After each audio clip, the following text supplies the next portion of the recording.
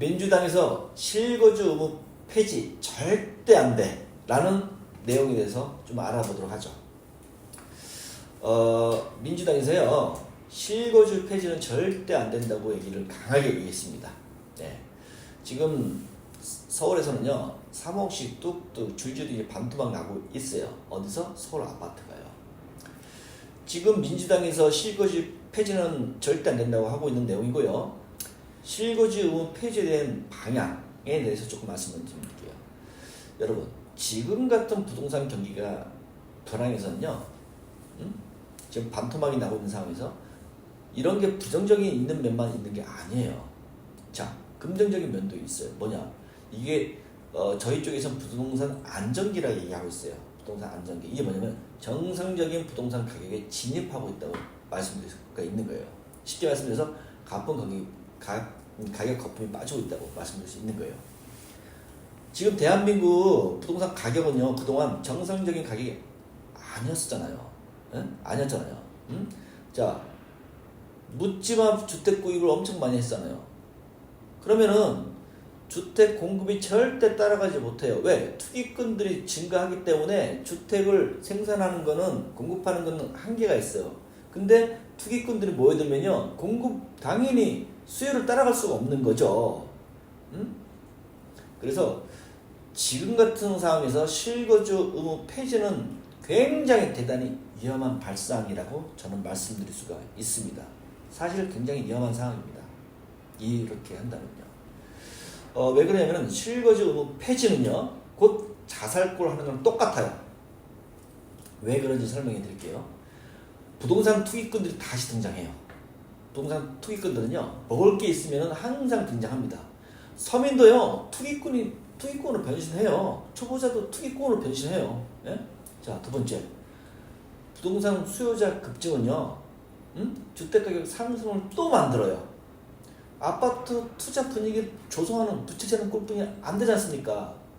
그 세 번째는 부동산 가격 상승에 따른 거품이 또 이제 간신히 내려가고 있고 내려갔는데 다시 거품이 발생해요. 예? 또 다시 피해자는 생기겠죠? 누구예요? 대부분 부동산 초보자나 젊은 세대들이에요. 예. 결국 실거주 의무 폐지는요 부동산 가격이 다시 상승하게 만드는 정책이에요. 눈 앞만 보고 멀리 바라보는 정책이 필요하단 말이에요. 자, 주거하는 주택을 투기로 삼는 짓은요 비난의 대상이 돼야 돼요. 예? 나쁜 놈이라는 비난의 대상이 돼야 돼요. 투기는요. 예? 자, 이런 부분은 페널티까지 해야 됩니다. 어떻게요? 앞으로도 변함없이 실거주 위주로 분양을 받을 수 있도록 하는 제도적 장치를 마련해야 됩니다.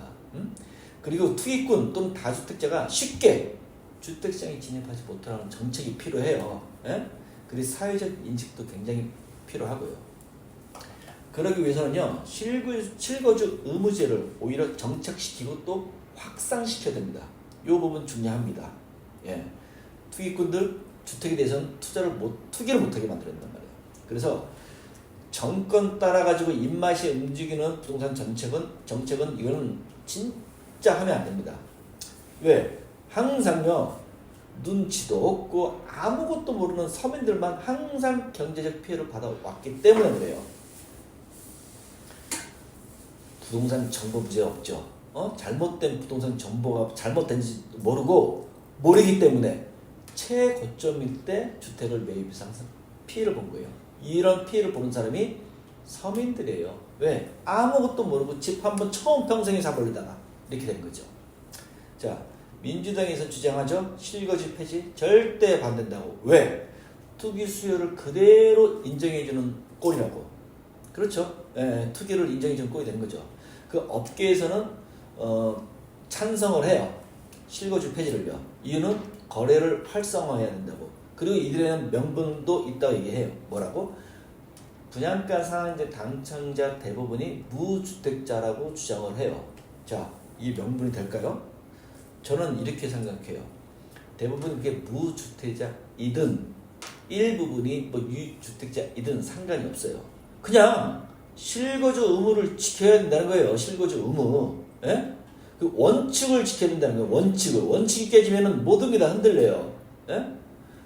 잔금 가지고 잔금을 전세금으로 떼어가지고 주택할 목적은요, 투기예요, 투기. 이 사람들 완전히 새겼어요.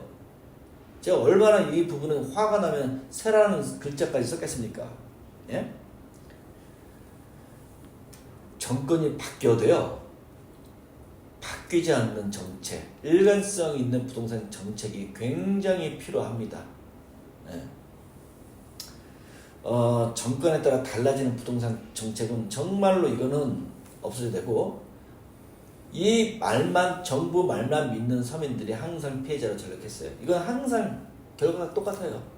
왜?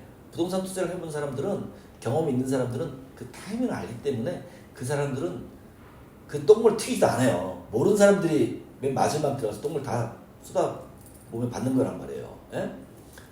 이 정책도 일관성이 있어야 되는 이유 중에 하나가 뭐냐면, 자, 부동산 시장이 가열될 때, 핫할 때, 높을 때 아닙니까? 그때 정부는 내리려고 금리를 인상하고 각종 규제로 압력을 가해요. 압박 같은 거 가한단 말이에요. 이게 항상 매번 반복돼요.